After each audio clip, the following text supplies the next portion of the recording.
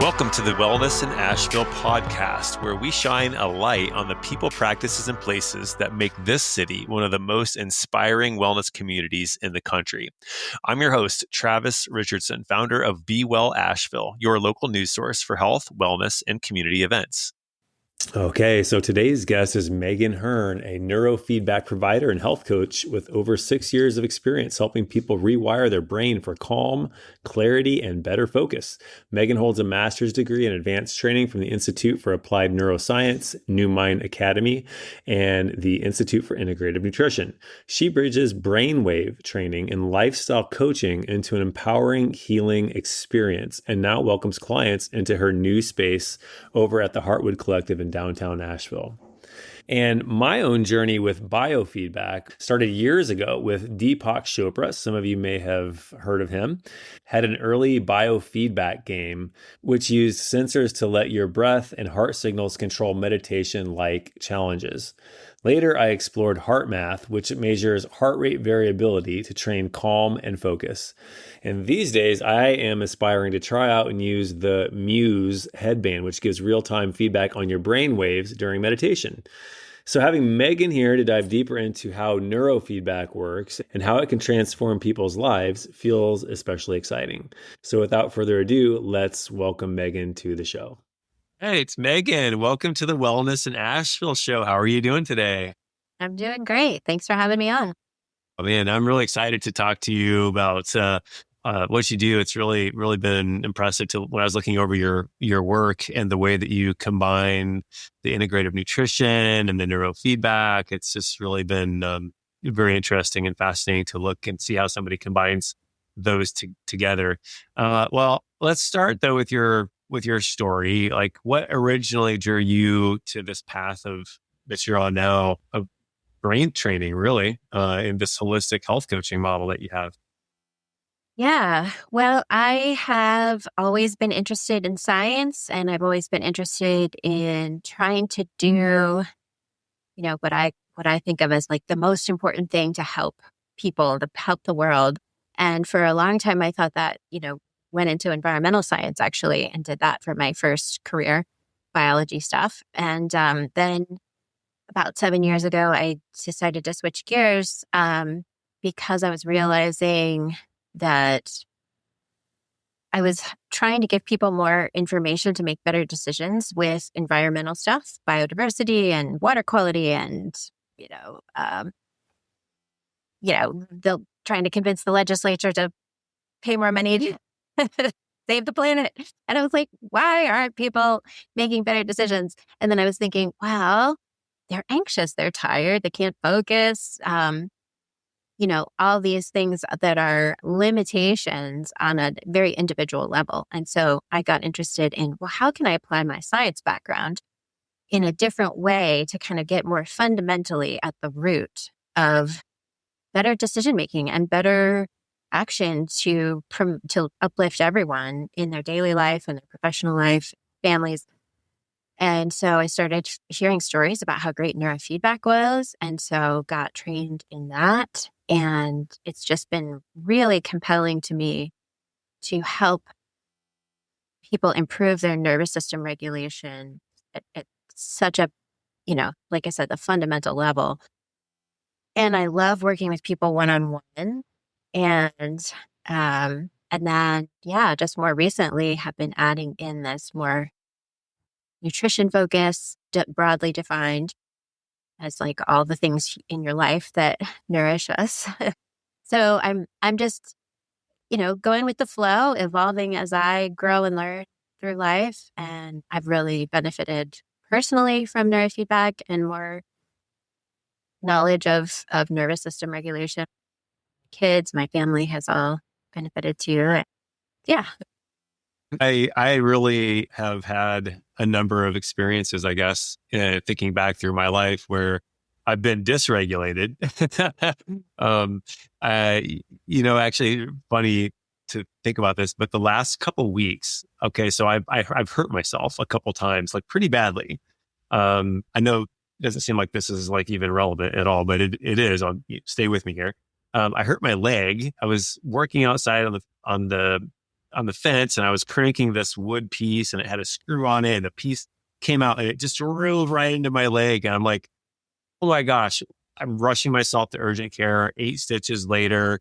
Okay. So, and then just recently again, I was taking the garbage can down to the side of the road and I was sort of just like, it's hurrying to try and do the next thing after this. So I'm like, really just like, okay, I just got to get this done so I can do the next thing. And I kick the can at the bottom and I push and I literally fall and I hit my chin and it cranked my neck so badly. And I have cervical stenosis already. And it sent these shock waves on my arm and it really shocked my nervous system like significantly. And I started thinking, what is going on with me? Why am I hurting myself? And the only thing I could think of is I feel dysregulated. It's the only way I can describe it is my nervous system is not calm. It is not centered. It is rushing and barging through life. It is missing things, not being quiet, it's everything that I know that I should be doing, I'm not doing. So I guess, what do you do with somebody like me? Well, yeah, thanks for being vulnerable. And I'm sorry for all the pain and suffering of those wake-up calls to be like, hey, pay attention. You need to be more present.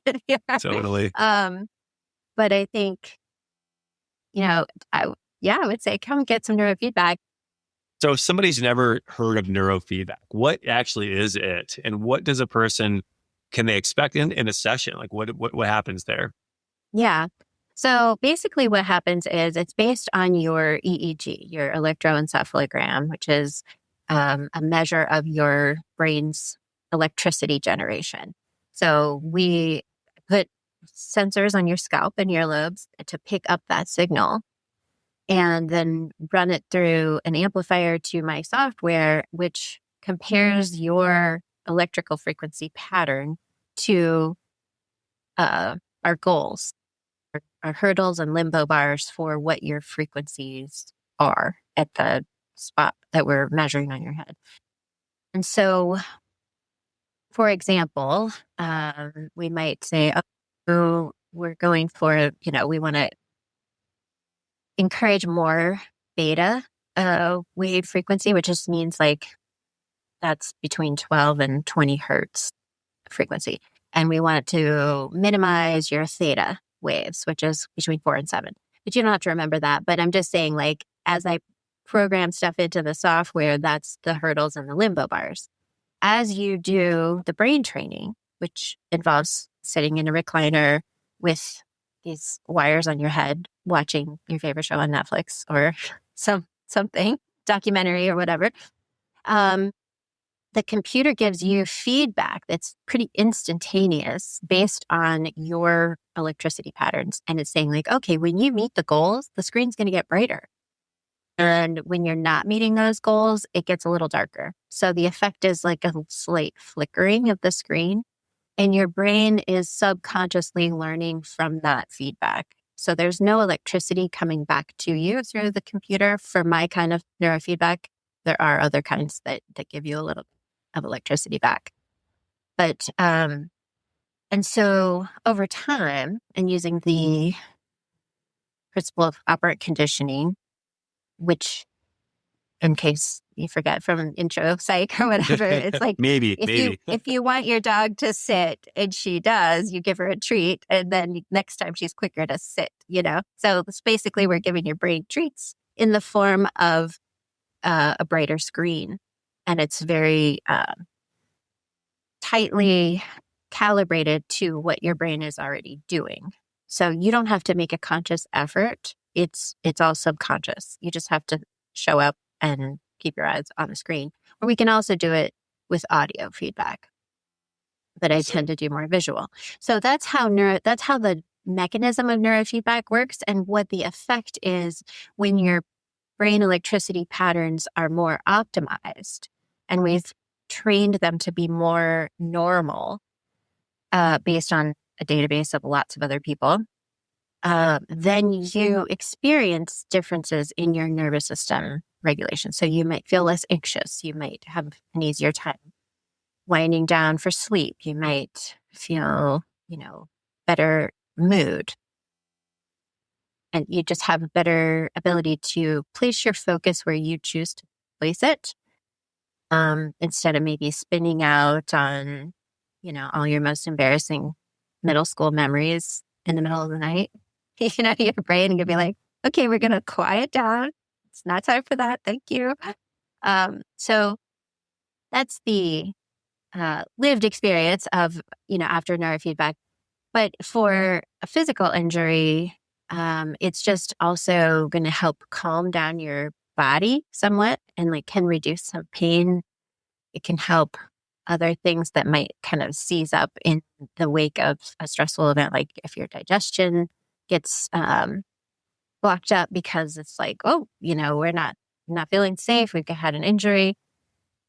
So it can just kind of relax you and help your brain and body just kind of go with the flow more and respond appropriately to your stimuli. Is this like, I remember when I was researching, and I did a little bit of this experimentation on myself, which was tapping or emotional freedom technique.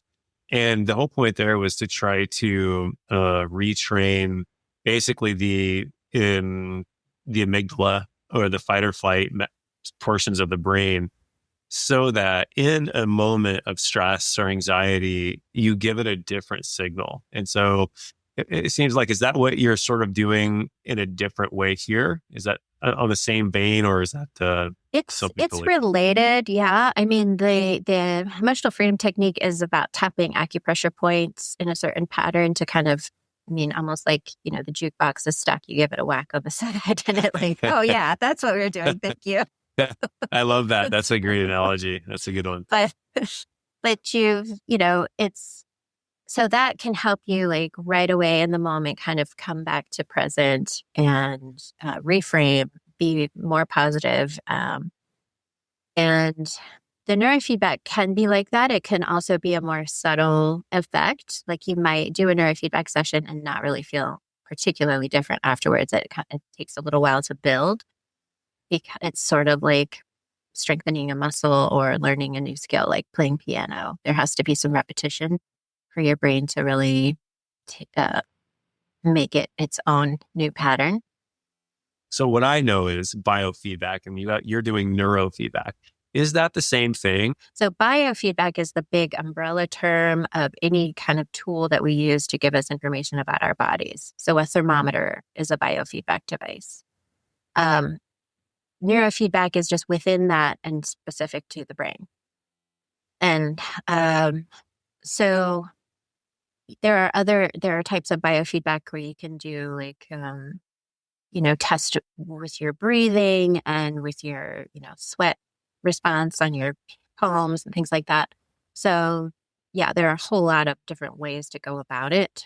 But basically what it's all doing is trying to teach your body how to better handle stress from inside, outside, to more appropriately respond to all of that instead of being reactive or being stuck in one pattern, like having your foot stuck on the gas pedal or your foot stuck on the brake in a car.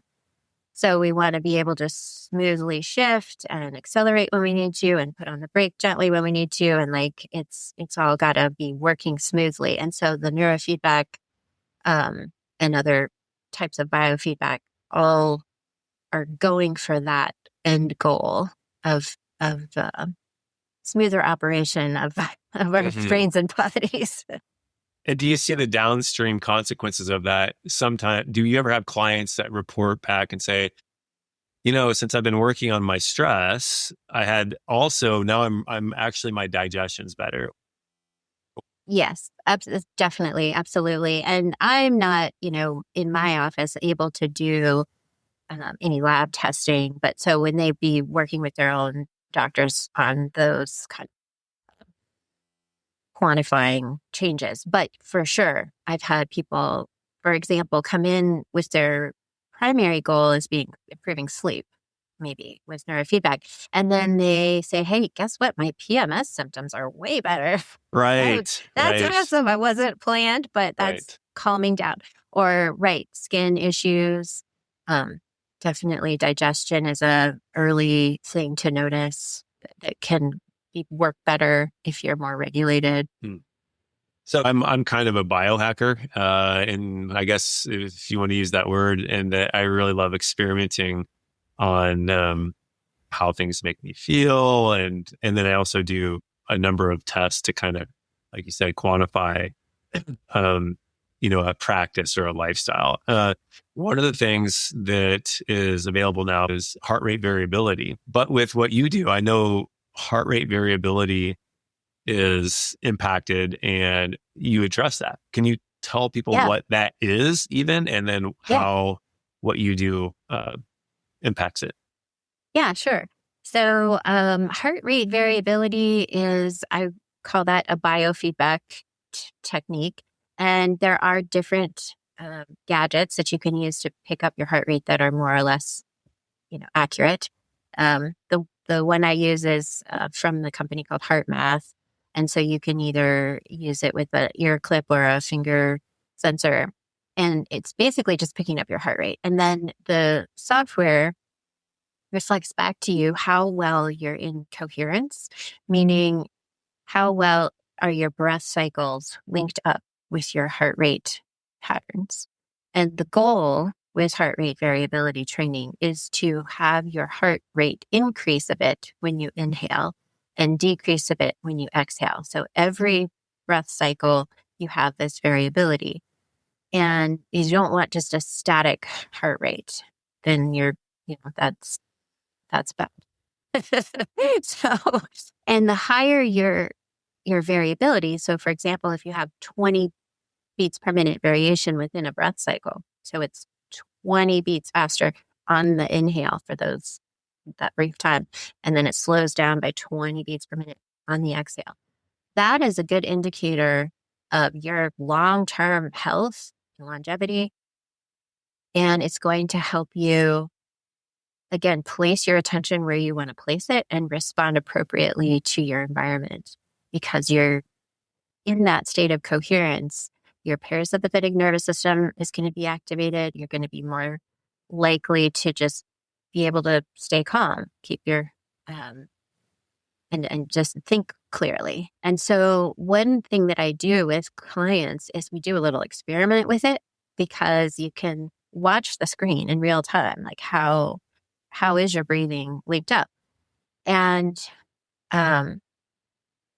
I'll just take a little side note here and say there are lots of great breathing techniques out there for different goals. And with heart rate variability, we just use equal inhales and exhales with no pauses at the top or the bottom. So it's just, maybe breathe in for 5 or 6 counts and exhale the same amount. At the same time, you kind of keep a heart focus. You imagine that you're breathing through your heart. And the third piece is just to think about positive thoughts, especially pro-social thoughts. So not imagining you're on your favorite desert island totally without irritating people, but you're with, someone you love, who loves you. Could be your dog, could be, a family member, it could be an imaginary person, but just having that feeling that you're cultivating as you are breathing in this particular way is how you get into that heart rate variability optimization. And so when we are using the tool with the software, we can play with it and say, okay, if I'm a client, for example, I'm thinking these positive pro-social thoughts, breathing correctly, I can see, okay, my graph is beautiful and consistent, and I've got 20 beats per minute, variation. And then I go into the experiment of dropping my focus on the breath, drop my focus on the heart, and imagine a memory that is really stressful or scary. And then you can watch the graph just immediately get really jagged looking, and the heart rate variability drops to very minimal. And so the practice then becomes, can you intentionally pull yourself in and out of that and get more comfortable with recognizing when you are in coherence and learn how to bring yourself back to it? So it's just with a little more clear feedback instead of if you're like trying to meditate, for example, but you don't have any mirror back to see, are you doing this right? Is it working? You know, this is a way to have it mirrored back. Like, how well are you linking up your breathing and your heart rate? And can you have some agency over it? And I think that's one of the nice things that I work with clients on recognizing is that you're not powerless. If you are in this state of dysregulation and your graph is all jagged and you don't have consistent heart rate variability at all, you're not stuck with that. You can choose to slow down your breath, put your focus on your heart, call to mind a positive memory, and bring yourself out of it. Like, you have that power. And so that's a really cool thing. And another thing I'll mention is that how that dovetails with neurofeedback. Sometimes with clients, we'll do a little practice with the heart rate variability at the beginning of a session, and they'll just be struggling. And then we'll do neurofeedback for half an hour, and they'll feel a lot better, and it's all subconscious learning, no effort needed. Then we go back and check in again with the heart rate variability tool, and it's so much better. And so it's like, well, look, we can see it's proof. Yeah. Yeah. I always, heart rate variability, it's such a, like, when I first was learning about, I'm like, how does this make sense or with coherence is that, okay, the more coherent I am, the more variability there is. It's like, I always thought coherence was like, okay, I'm going for a straight line. It's like, no, we actually want this jaggedness to be able to indicate responsiveness to stress and ability to handle things in life. So very, very interesting about that. So another question I have is around with this training that you do. When we think about wellness and the kind of like wellness things you can go and do, it might be a spa, it might be massage, it could be acupuncture. All these things are like services you can go off and go get. But what it feels like that what you're doing is you're actually empowering somebody to change outside of when they see you, to take a stressful situation. And now that they've learned how maybe to identify when those feelings are coming up, and now you've taught them to work with the breath in some way, that they're actually able to create wellness inside themselves in a moment, anywhere they are on earth. Exactly. That's exactly it. I am not here to, have lifetime clients, like we're going for like the learning process, which is a very internalized, relatively permanent shift if you do enough of the practice. And yeah, like the brain training is a little bit like yoga for, you don't have to be in a yoga class all day, every day for there to be benefits in the rest of your life with your strength and flexibility and relaxation. So it's an important, this like levels up everything else. And I think that a benefit of neurofeedback that I've felt, and certainly a lot of my clients tell me about, is that it just helps get out of our own way when we're not stuck in high anxiety, or we're not stuck in a chronic lack of sleep. Our mood is a little better. We have a little more clear thinking, like all of that stuff that gets in our way and uses up our bandwidth. When that is quieter, then we can incorporate in other lifestyle changes that are beneficial, and it all just kind of lifts. And so you have a more holistic improvement. I'd say it would be like an amplifier effect in some ways too, for all the other things that you're doing for self-care and being good to yourself. I was recently in a float tank over at Still Point Wellness, and went over there, and the faster I could have dropped into a quiet state, the more I would get out of that session. Or if I had maybe some feeling of, because you're in a dark tank, and there's some things that can come up, claustrophobia, those kinds of feelings. And the more I could regulate myself internally to handle those, I actually can get more benefit from the other services. So it feels very complementary, I guess, to everything else that you're doing for self-care. Yes. And I'll add to that too, that even that's a great example because it's so acute. You're just right there with yourself and there's nothing else happening. You have to really dial in. But also that skill with self-regulation benefits everyone around you. I'm sure you've noticed, when you have a conversation or you're in a room with somebody who's really like calm and grounded, and you just get a feel that like you're a little safer and you feel a little more relaxed and you just feel a little more at ease. And that co-regulation is so important for our ability to grow and learn and just be in, a healed state. And so the more we can each improve our own self-regulation, that has this outward expansion of benefit to everyone that we interact with. The people we live with at home, our kids, people at work, even people at the grocery store checkout. Like there is a feeling of interaction with somebody that is very powerful. And we also, on the flip side, if you're talking to somebody who's really stressed, super anxious, can't really focus on the thread of the conversation because they've got a million things going on in their head, you feel that, right? And it's like, kind of makes you feel a little more anxious too if you don't have your shields up pretty strongly, so we influence each other, and you can't make anybody else be different, but you have agency over yourself.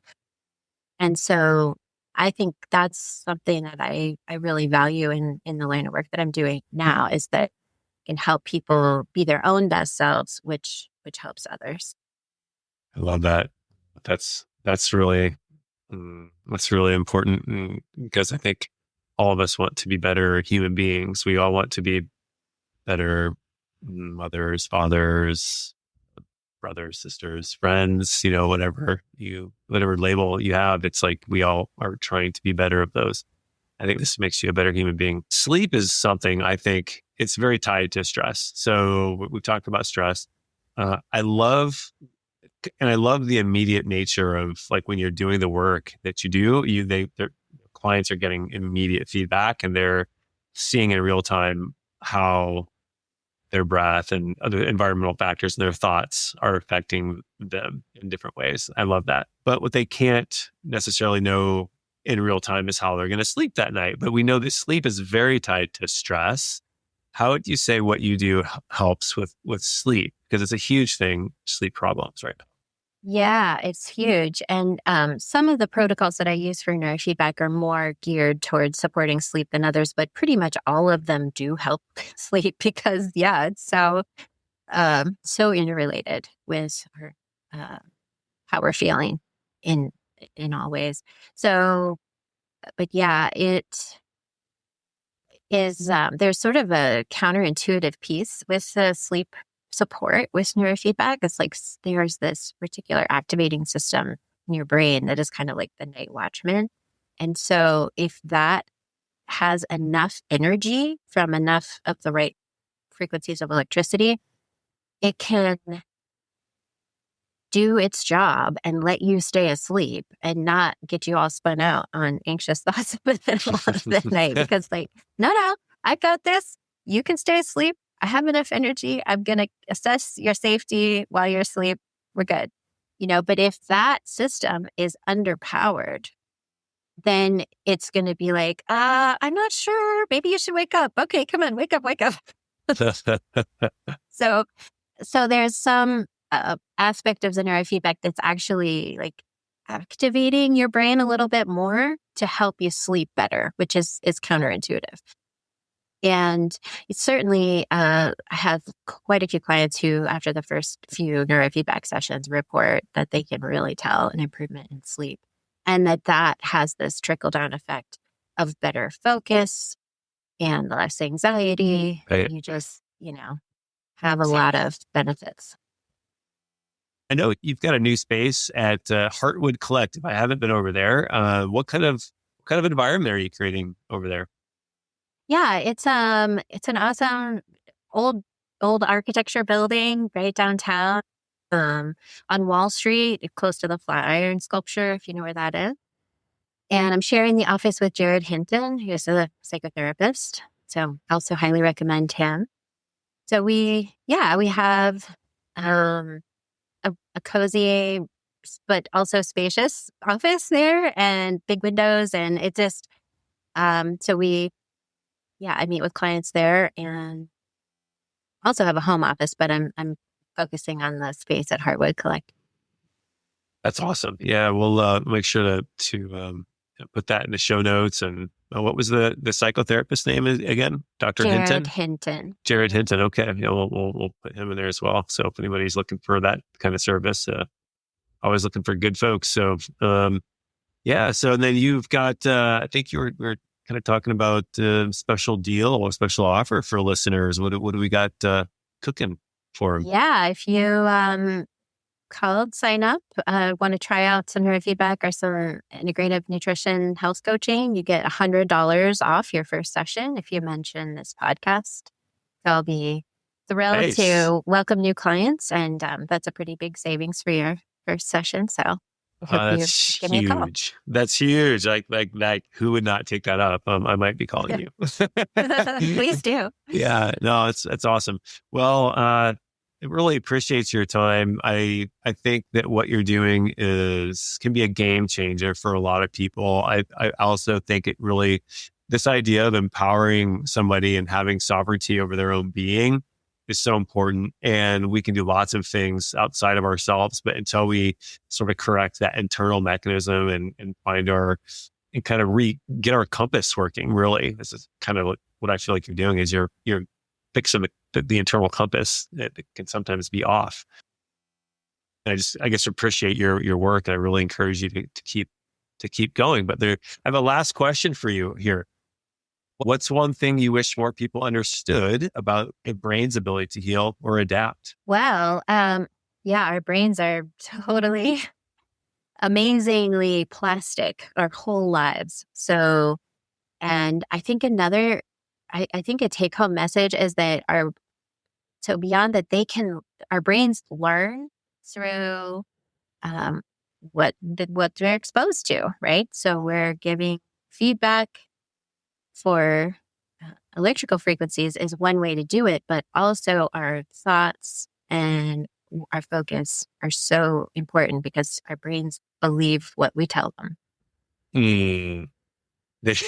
We kind of are that thing, aren't we, in some ways? Yeah, we are that thing. But it's like, if you kind of try to separate it a little to kind of think about the concept, it's so important what we choose to focus on, because our brains believe it and will learn from it. And so the more if you repeat negative stuff or focus on your challenges, your brain is going to kind of go that direction. If you focus on growth and learning, positivity, brain's going to go that direction. So we do have so much agency over that, even though we can't control a lot about our environments, we have some control over it. Thank you so much for your time today, Megan. Yeah, thank you. It's been wonderful to talk with you. Yeah, take care. You've been listening to the Wellness in Asheville podcast. To learn more about Megan Hearne and her neurofeedback and coaching practice, visit vitalityneuro.com. Mention this podcast episode to receive $100 off your first session at her beautiful new space in downtown Asheville. Thank you for listening. To learn more about Be Well Asheville, visit bewellavl.com. And don't forget to follow this podcast. You can catch the next episode and bring us along while you're taking a riverside stroll along the French Broad Greenway, browsing stalls at the Asheville City Market, or heading downtown for a show with the Orange Peel. If you loved what you heard, please rate and review this show. Your review helps others discover and grow our wellness community. You can check out Asheville Wellness news, events, and our newsletter at bewellabl.com. Thank you for being the best part of our wellness community, and until next time, be well.